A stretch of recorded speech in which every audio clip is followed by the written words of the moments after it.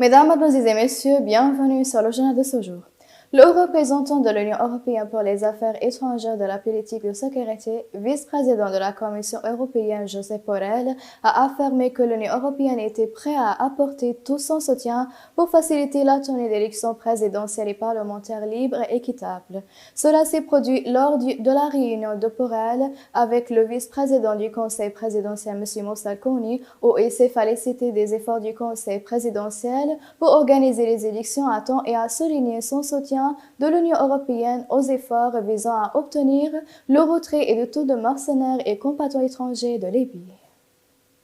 Le comité militaire mixte 5+5 a publié une déclaration concernant sa réunion à Tunis avec les représentants de l'Union africaine sous les auspices de la mission d'appui des Nations unies en Libye. La déclaration du comité a confirmé que les représentants de l'Union africaine ont confirmé leur plan de disponibilité à se coordonner et à coopérer pour assurer la sécurité de la Libye et de tous les combattants appartenant aux pays de l'Union africaine.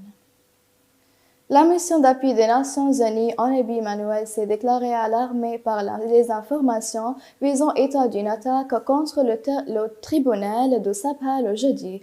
La mission des Nations unies a fermement condamné les violences liées aux élections et a souligné l'importance de protéger le processus électoral, notant que l'attaque contre les installations judiciaires ou électorales, le personnel judiciaire et les élections ne sont pas seulement des actes criminels punissables par la loi libyenne, mais porte atteinte des droits libyens et a participé au processus politique. Le porte-parole de l'Union européenne pour le Moyen-Orient et l'Afrique du Nord, Luis Miguel Bueno, a déclaré que l'Égypte joue un rôle crucial dans le soutien à la stabilité en Libye, car elle préside le groupe de travail économique issu de la conférence de Berlin, dans laquelle l'Union européenne participe également.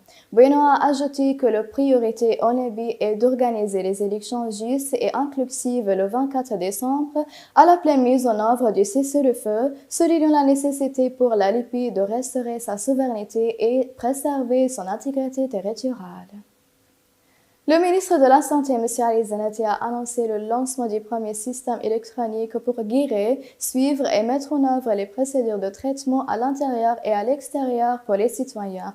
Selon le bureau des médias du ministère de la Santé, M. Ali Zanetti a indiqué que le système permettra à tous les citoyens d'effectuer les procédures et obtenir des missions de traitement par voie électronique. Mesdames et messieurs, la fin des résumés. Merci de m'avoir attiré votre attention et au revoir.